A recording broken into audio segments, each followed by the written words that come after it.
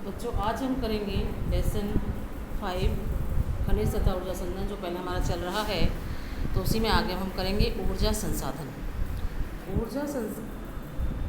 ऊर्जा सभी क्रियाकलापों के लिए जितने भी काम होते हैं उनके लिए ऊर्जा की आवश्यकता होती है, जैसे खाना पकाने में, रोशनी व ताप के लिए, गाड़ियों के संचालन, उद्योगों में मशीनों के संचालन में ऊर्जा की आवश्यकता होती है। ऊर्जा का उत्पादन ईंधन खनिज जैसे जो ईंधन है, कौन कौन से ईंधन है, कोयला है, पेट्रोलियम है, प्राकृतिक गैस है, यूरेनियम और विद्युत से किया जाता है। ऊर्जा संसाधनों को परंपरागत तथा गैर परंपरागत साधनों में वर्गीकृत किया जा सकता है। दो प्रकार के ऊर्जा संसाधन होते हैं, परंपरागत और गैर परंपरागत। तो परंपरागत साधन कौन से हैं जो अपने परंपरा में यूज़ करते हैं, जैसे लकड़ी है, उपले हैं, कोयला है, पेट्रोलियम है, प्राकृतिक गैस और विद्युत। विद्युत में दोनों आती है, जल विद्युत और ताप विद्युत समेत है। गैर परंपरागत साधनों में जो गैर परंपरागत है, जिनको सभी यूज़ नहीं करते, जैसे सौर ऊर्जा है, पवन ऊर्जा है, ज्वारीय ऊर्जा है, भूतापीय ऊर्जा है, बायोगैस और परमाणु ऊर्जा शामिल जाते हैं। ग्रामीण भारत में लकड़ी व उपले बहुतायत में प्रयोग किए जाते हैं। एक अनुमान के अनुसार ग्रामीण घरों में आवश्यक ऊर्जा का 70% से अधिक इन दो साधनों से प्राप्त होता है, लेकिन अब घटते वन क्षेत्र के कारण इनका उपयोग करते रहना कठिन होता जा रहा है। इसके अतिरिक्त उपलों का उपभोग भी हतोत्साहित किया जा रहा है, क्योंकि इसमें सर्वाधिक मूल्यवान खाद्य का उपयोग होता है, जिसे कृषि में प्रयोग किया जाता है। परंपरागत ऊर्जा के स्रोत, सबसे पहला है कोयला।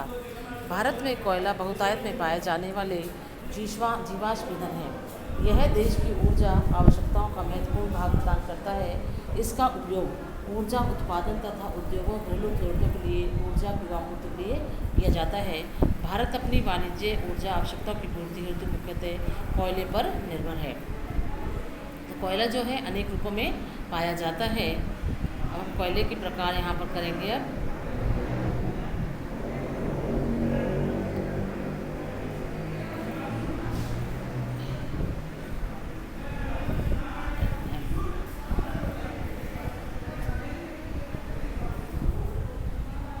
कोयले का निर्माण पादप पदार्थों के लाखों वर्षों तक संपीड़न से हुआ है। संपीड़न मतलब दबाव से हुआ है। इसलिए संपीड़न की मात्रा, गहराई और दबने के समय के आधार पर कोयला अनेक रूपों में पाया जाता है।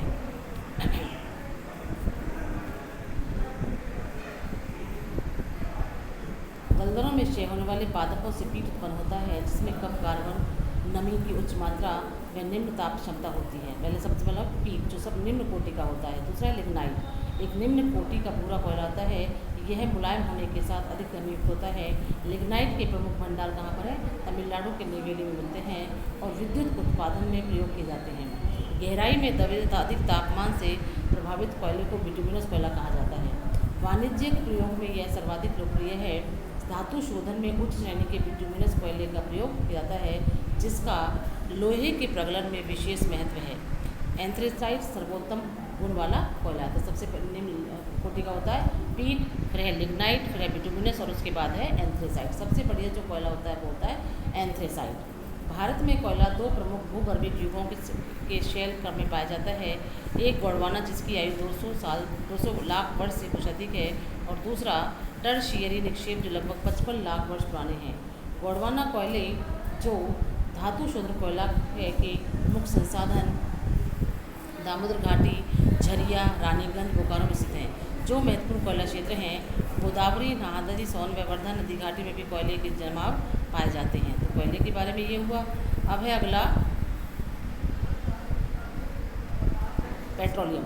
भारत में कोयले के पश्चात ऊर्जा का दूसरा साधन कौन सा है? पेट्रोलियम या खनिज तेल। यह ताप व प्रकाश के लिए ईंधन, मशीनों को स्नेहक और अनेक विनिर्माण उद्योगों को कच्चा माल प्रदान करता है। तेल शोधनशालाएँ, संश्लेषित वस्त्र, उर्वरक तथा असंख्य रसायन उद्योगों में एक नोडीय बिंदु का काम करती है। भारत में अधिकांश पेट्रोल की उत्पत्ति टर्शियरी युग की शेल संरचनाओं के अपनति व भ्रंश ट्रैप में पाई जाती है। वलन, अपनति और गुंबदों वाले प्रदेशों में वहाँ पाया जाता है जहाँ उद्वलन के शीर्ष में तेल ट्रैप होता है। तेल धारक संबंधित चूना पत्थर या बालू पत्थर होता है, जिसमें से तेल प्रवाहित होकर बह जाता है। मध्यवर्ती असंतुलित परतें तेल को ऊपर उठने व नीचे रिसने से रोकती हैं।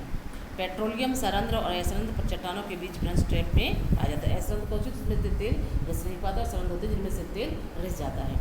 भारत में कुल पेट्रोलियम उत्पादन का 63% भाग मुंबई हाई से, कहाँ से, मुंबई हाई, 18% गुजरात से और 16% असम से प्राप्त होता है। ठीक है। अंकलेश्वर गुजरात का सबसे महत्वपूर्ण तेल क्षेत्र है। असम भारत का सबसे पुराना तेल उत्पादक राज्य है। डिगबोई, नहरकटिया और मोरन गुजरीगा जल इस राज्य के महत्वपूर्ण तेल उत्पादक क्षेत्र हैं। अगला है प्राकृतिक गैस। प्राकृतिक गैस एक महत्वपूर्ण स्वच्छ ऊर्जा संसाधन है जो पेट्रोलियम के साथ अथवा अलग भी पाई जाती है। इसे ऊर्जा के एक साधन के रूप में तथा पेट्रोल रसायन उद्योग में एक औद्योगिक कच्चे माल के रूप में प्रयोग जाता है।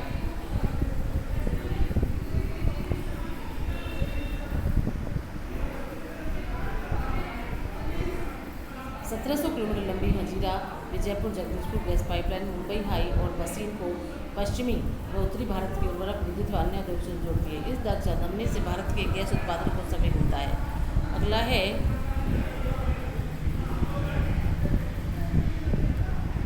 सौर ऊर्जा, कि मैंने पहले भी उस दिन पढ़ाया था।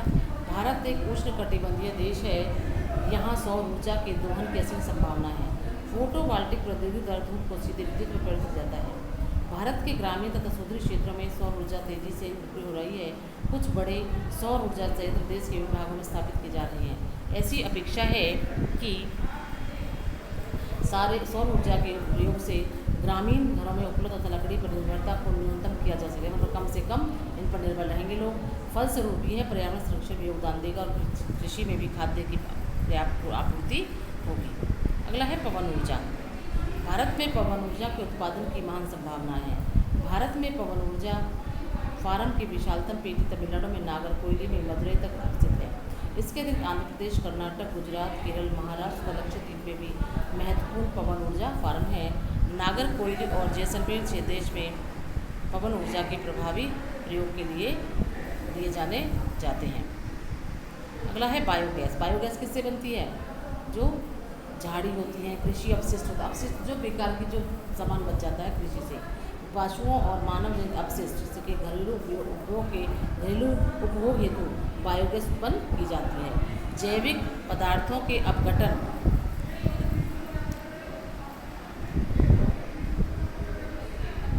से गैस उत्पन्न होती है जिसकी तापीय क्षमता मिट्टी के तेल उपलों में चारकोल की अपेक्षा अधिक होती है।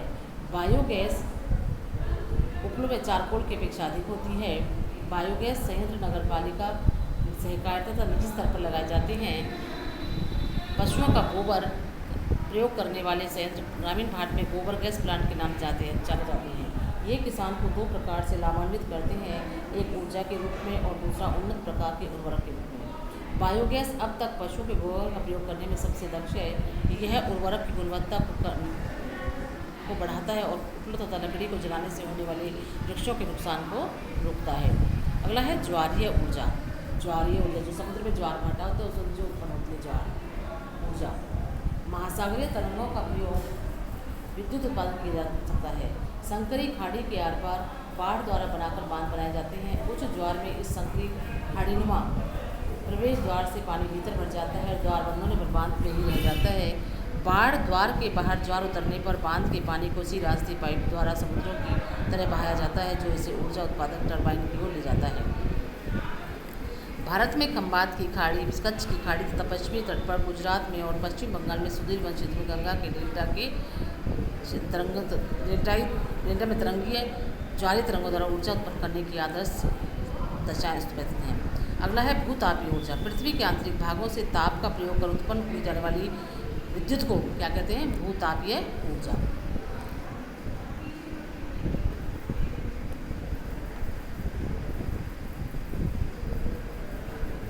भूतापीय ऊर्जा इस अस्तित्व में होती है क्योंकि बढ़ती गहराई के साथ पृथ्वी प्रगामी ढंग से तप्त होती जाती है। जहाँ भी भूतापीय प्रवणता अधिक होती है वहाँ उतनी गहराइयों पर भी अधिक तापमान पाया जाता है।